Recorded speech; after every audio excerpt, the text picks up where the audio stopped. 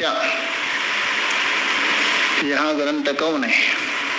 पंचदशी नाम का 15 प्रकरण है, क्योंकि पंचदशः प्रकरणानि ही सन्ति अस्याम, इसमें 15 प्रकार है। ऐसा जो ग्रंथस्य अविघ्नेन अतः निर्विघ्नेन, अविघ्न का मतलब है विघ्न रहित, क्योंकि अच्छा काम करने जाते हैं आप, विघ्न अनेक आ जाता है, ये निश्चय है। विघ्न का मतलब है आपने किया हुआ पूर्व जन्म का जो पाप है वही प्रतिबंधक करता है, दुरिता प्रतिबंधक, वही विघ्न है और कोई नहीं, भूत पिशाच आके नहीं कर रहे।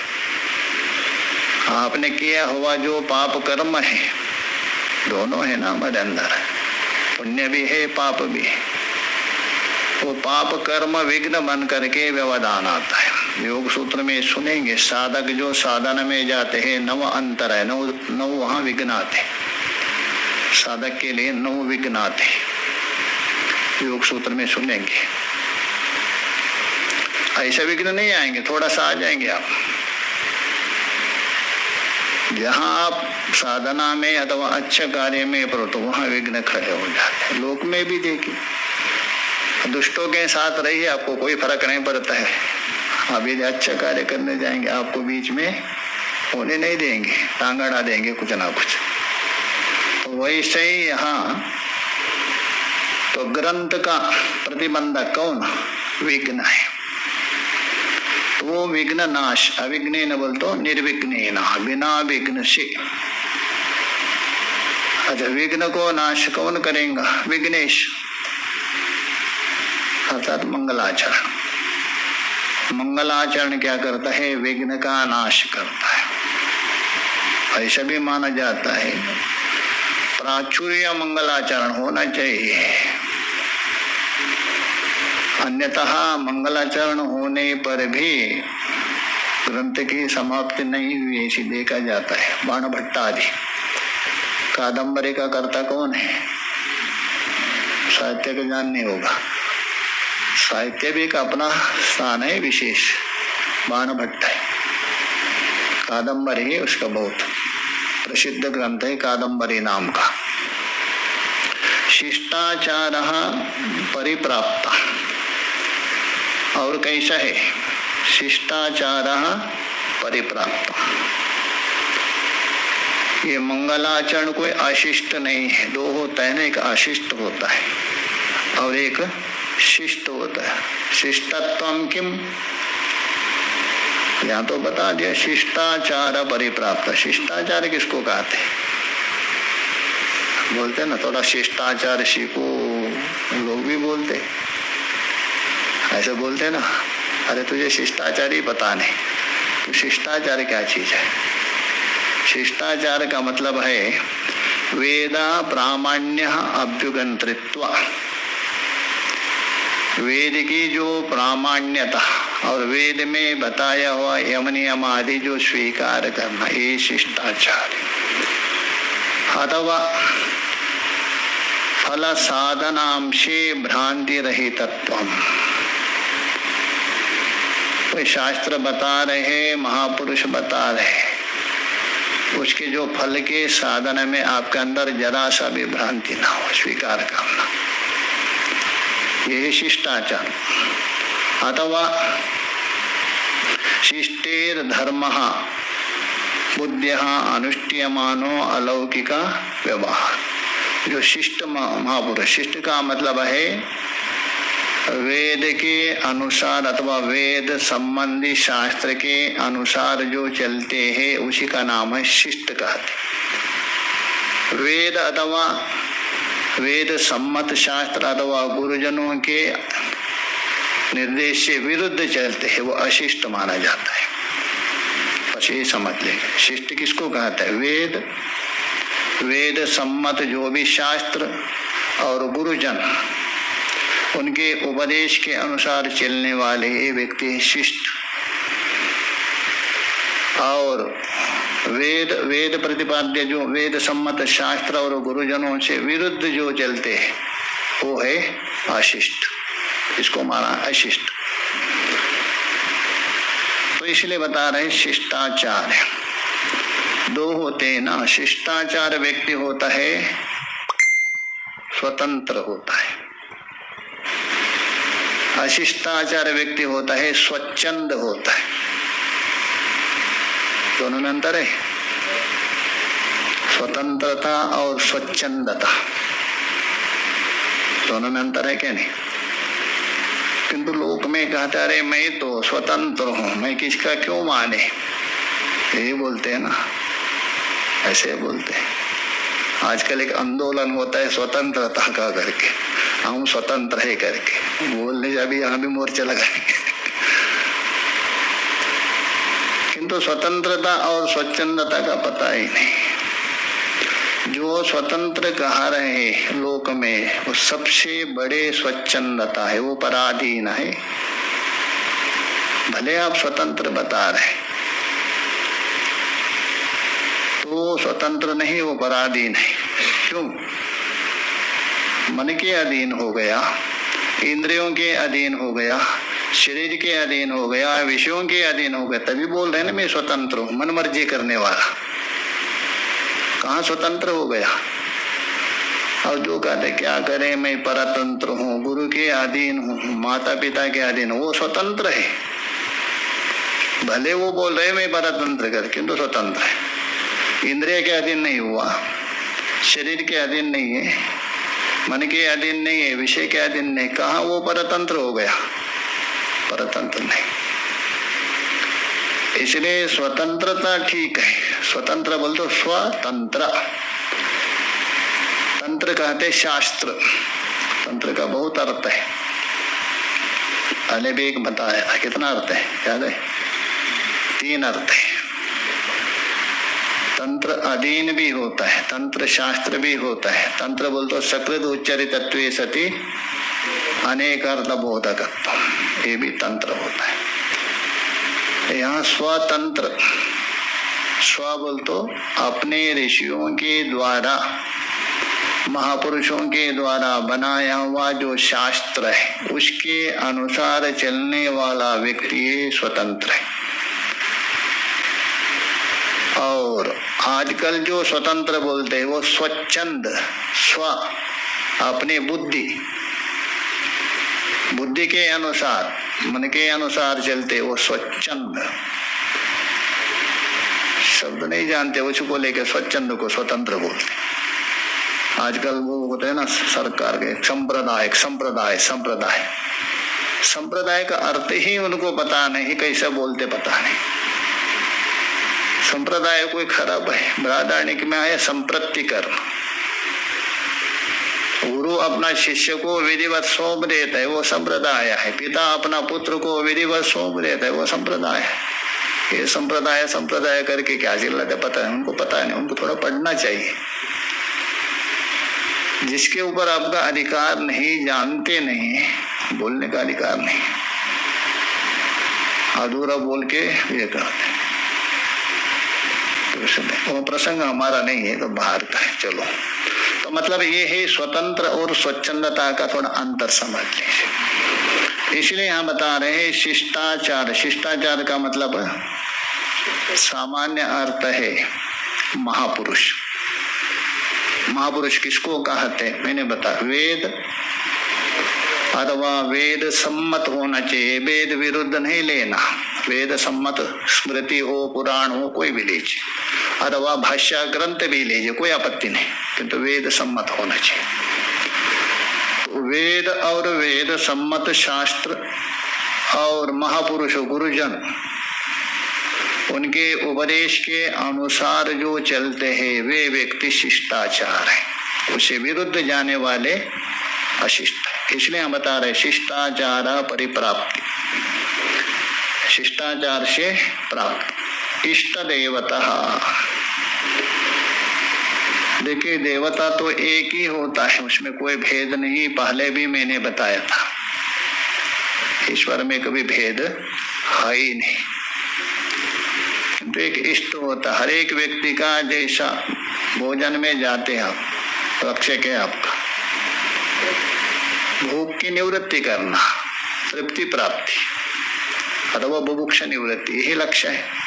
साधना अलग अलग, कुछ चावल खाने वाला चावल, रोटी खाने वाला रोटी, और कुछ अलग। वैसे ही परमात्मा एक होने पर भी किसी किसका इष्ट होता है, किसी का शिव इष्ट होता है, किसी को गणेश, किसी को दुर्गा, किसी को विष्णु होता है। तो इसलिए बता रहे हैं इष्ट देवता। गुरु नमस्कार लक्षणम, यहाँ इष्ट देवता कौन है? गुरु ही है, क्योंकि वेदांत में इष्ट देवता और गुरु में भेद नहीं किया जाता, ये विशेषता है। तभी जाके ईश्वरो गुरुरात्मेति मूर्ति भेद है। तो इसलिए बोल रहे इष्ट देवता गुरु नमस्कार लक्षणम। तो इष्ट देवता रूप जो गुरु नमस्कार लक्षणम, मंगलाचरणम, क्योंकि मंगल भी 3 प्रकार का होता है ना। मंगल भी क्या है? 3 प्रकार का होता है। नमस्कारात्मक सुना होगा नहीं? आशीर्वादात्मक और वस्तु निर्देश। यहाँ कौन सा? नमस्कारात्मक मंगलाचरण, नमस्कार अर्थात प्रणाम। नमस्कार भी 3 प्रकार का मैंने बताया था। और एक कहते नहीं नहीं, मंगलाचरण से ग्रंथ की समाप्ति होती। 2 मत है। अच्छा, ग्रंथ मंगलाचरण से यदि विघ्न नाश हो रहे तो ग्रंथ समाप्ति कहाँ से होगा? तो आपका प्रतिभा स्फूर्ति आपके अंदर जो है उससे होगी। आपके अंदर प्रतिभा है, स्फूर्ति है, लिखने का सामर्थ्य है, उससे हो रहे। तो मंगलाचरण ने क्या किया? विघ्न का नाश किया। वो प्रतिबंधक आ रहे आपको, वो प्रतिबंधक हटते हैं, आप करेंगे ऐसा। और दूसरा कहते नहीं, मंगलाचरण से ग्रंथ की समाप्ति होती। उस समय में वो विघ्न नाश है, वो व्यापार बनेगा।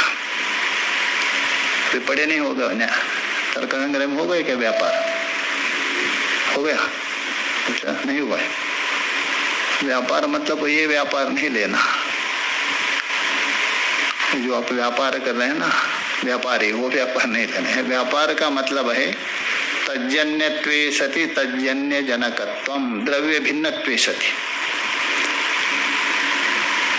कार्य और कारण के बीच में एक जो एक्टिविटीज हो रहे उसी का नाम है व्यापार मानते हैं। जैसा कुमार है, कुलाल घट बना रहे, किससे बना रहे? दंड से। दंड है असाधारण कारण मानता। 2 कारण होते हैं, ये सुने होंगे न्याय में, साधारण और असाधारण। सभी के प्रति होता है वो साधारण कारण, विशिष्ट के प्रति होता है असाधारण। घट के प्रति दंड असाधारण कारण है। उस दंड से घट उत्पन्न हुआ। इनमें कार्य कारण भाव, किसमें? दंड और घट।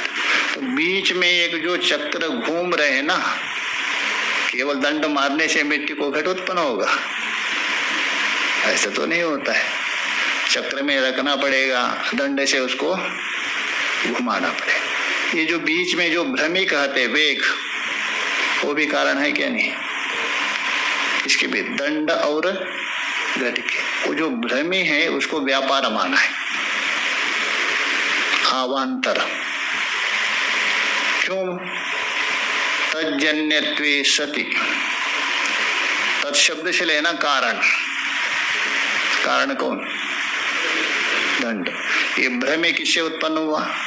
भ्रमी समझ रहे ना, गोल गोल घूम रहे, वो दंड से। तज्जन्यत्वे सति। देखिए, लक्षण करते हुए समय एक लक्ष्य होता है, एक लक्षण होता है। जिस लक्ष्य में सारा लक्षण घटना चाहिए, लक्ष्य में यदि लक्षण नहीं गया अव्याप्ति हो जाएगा। ये तो सुना ही होगा ना, लक्ष्य से बाहर गए तो अतिव्याप्ति, बिल्कुल लक्ष्य में नहीं जाने से असंभव। आप लक्षण किसका कर रहे हैं? व्यापार का। जैसे गौ का लक्षण करते ना, वैसे व्यापार का लक्षण। तज्जन्यत्वे सति, तद बोल दो कारण। कारण कौन हो गया? दंड, दंड से जन्य भी है, ये घट गया। दंड से जन्य कौन है? घट। दोबारा भी तत्शब्द से वही लेना। तद जन्य जनक, तद बोल तो कारण, दंड, दंड से जन्य कौन है? घट। उस घट का जनक भी है कौन? भ्रमी। तो भ्रमी में तज्जन्यत्व भी गया, अतः दंड जन्यत्व, दंड जन्य घट का वो जनक भी है, इसलिए वो क्या क्या? व्यापार। अभी प्रकरण में आई, मंगल से जन्य कौन है? विघ्न, नाश। और मंगल से जन्य कौन? समाप्ति। उस समाप्ति के प्रति ये जनक है। तज्जन्यत्वे सति, मंगल जन्यत्वे सति कौन? विघ्ननाश। मंगल जन्य समाप्ति के प्रति जनक भी हो गया कौन? विघ्ननाश। इसलिए विघ्ननाश को व्यापार मानते। समाप्ति बुद्धि स्फूर्ति से होता, एक मत। और एक कहते नहीं नहीं, मंगल से ग्रंथ की समाप्ति है, विघ्ननाश को व्यापार मान लिया। दोनों मत है, दोनों ठीक है, वो प्रसंग वशात बता रहे। इसलिए हम बता रहे मंगलाचरणम, मंगलाचरण का मुख्य उद्देश्य क्या है? विघ्ननाश करना, उपलक्षण ग्रंथ की समाप्ति। स्वेन अनुष्ठितम, स्वयं के द्वारा अनुष्ठित क्रियामान है, दूसरे के द्वारा नहीं। आप ग्रंथ लिख रहे हैं, मंगलाचरण कोई दूसरा करे, होगा? ऐसा तो बहुत बढ़िया। मैंने भोजन किया, आपकी भूख निवृत्ति होनी चाहिए, होता है ऐसा? मैंने भोजन किया, भूख आपकी निवृत्ति हो गई, ऐसा नहीं। इसलिए मैंने मंगलाचरण करने से आपका विघ्न नाश नहीं होगा, स्वयं को करना पड़ेगा। इसलिए स्वेन अनुष्ठितम किम मंगलाचरण। तो शिष्य शिक्षार्थम दूसरा हेतु, एक तो विघ्ननाश, विघ्ननाश के लिए, और दूसरा विघ्ननाश और प्रचय गमनाभ्यम दिया था। दूसरा बता रहे शिष्य शिक्षार्थम, आने वाले जो शिष्य परंपरा है उनको शिक्षा देने के लिए, क्योंकि हमारे गुरुजनों ने भी मंगलाचरण किया था, इसलिए हमें भी करना चाहिए। कोई छोटा व्यक्ति गलती करने से कितनी बड़ी बात नहीं, बड़ा व्यक्ति गलती करने से बहुत उसमें अंतर होता है, क्योंकि उसको अनुकरण करने वाले बहुत लोग होते हैं। वो भी उसी में, हमारे गुरुजी ने किया था हम भी वैसा ही करेंगे, हमारे गुरुजी ने खाया था हम भी खाएंगे। अनुकरण करने में बहुत दोष आता है, इसलिए हम बता रहे शिष्य शिक्षार्थम, शिष्य शिक्षा के लिए। श्लोकेन, श्लोक के द्वारा आगे बताएंगे, नमः श्री शंकरानंद करके। इस श्लोक से, श्लोक किसको कहते हैं?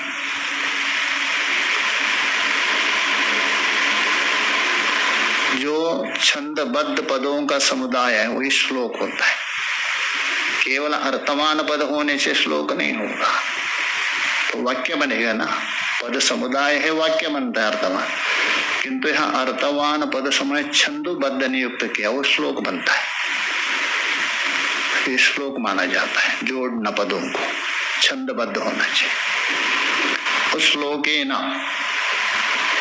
उपनिबध्नति बोल तो घटकी करोति, ग्रंथ अंगत्वेन प्रवेशी करोति। उपनिबध्नति बोल तो घटकी करोति, कुत्र?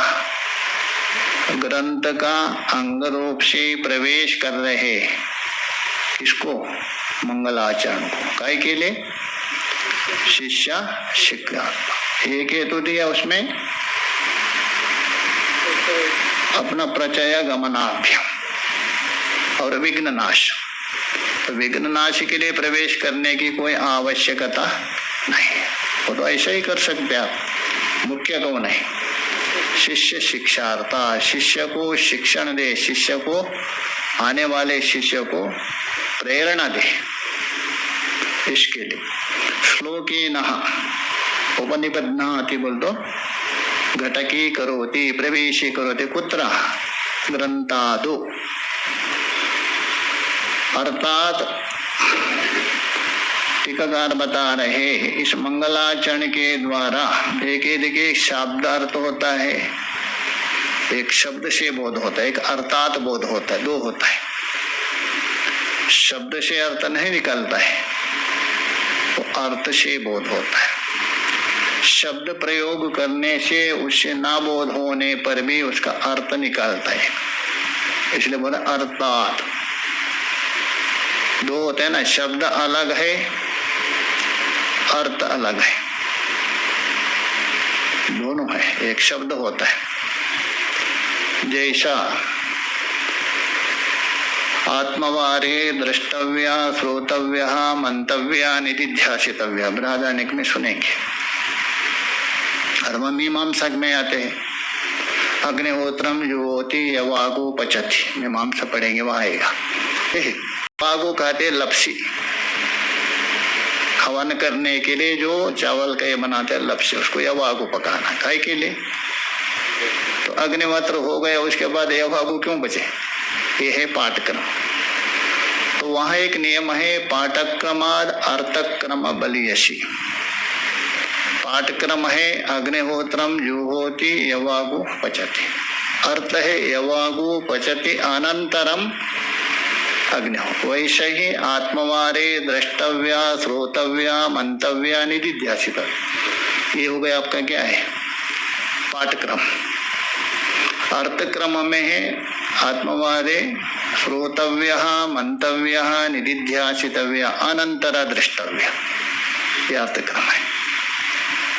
तो इसलिए पद अलग होता है, अर्थ अलग होता है, इसलिए हम बता रहे हैं अर्थात।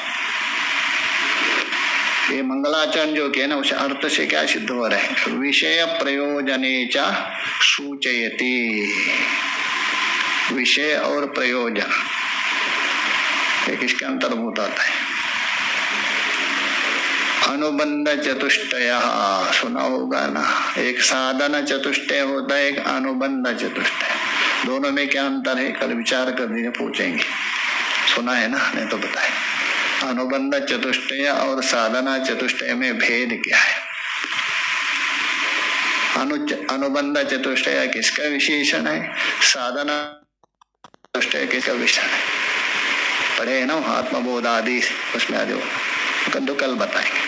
ओम पूर्णमदः पूर्णमिदं पूर्णात् पूर्णमुदच्यते पूर्णस्य पूर्णमादाय। मेरे प्यारे दोस्तों, श्रवण करने का बहुत बहुत धन्यवाद। सबके मंगल की कामना करते यही विश्राम देते हैं। श्रवण करने का बहुत बहुत धन्यवाद।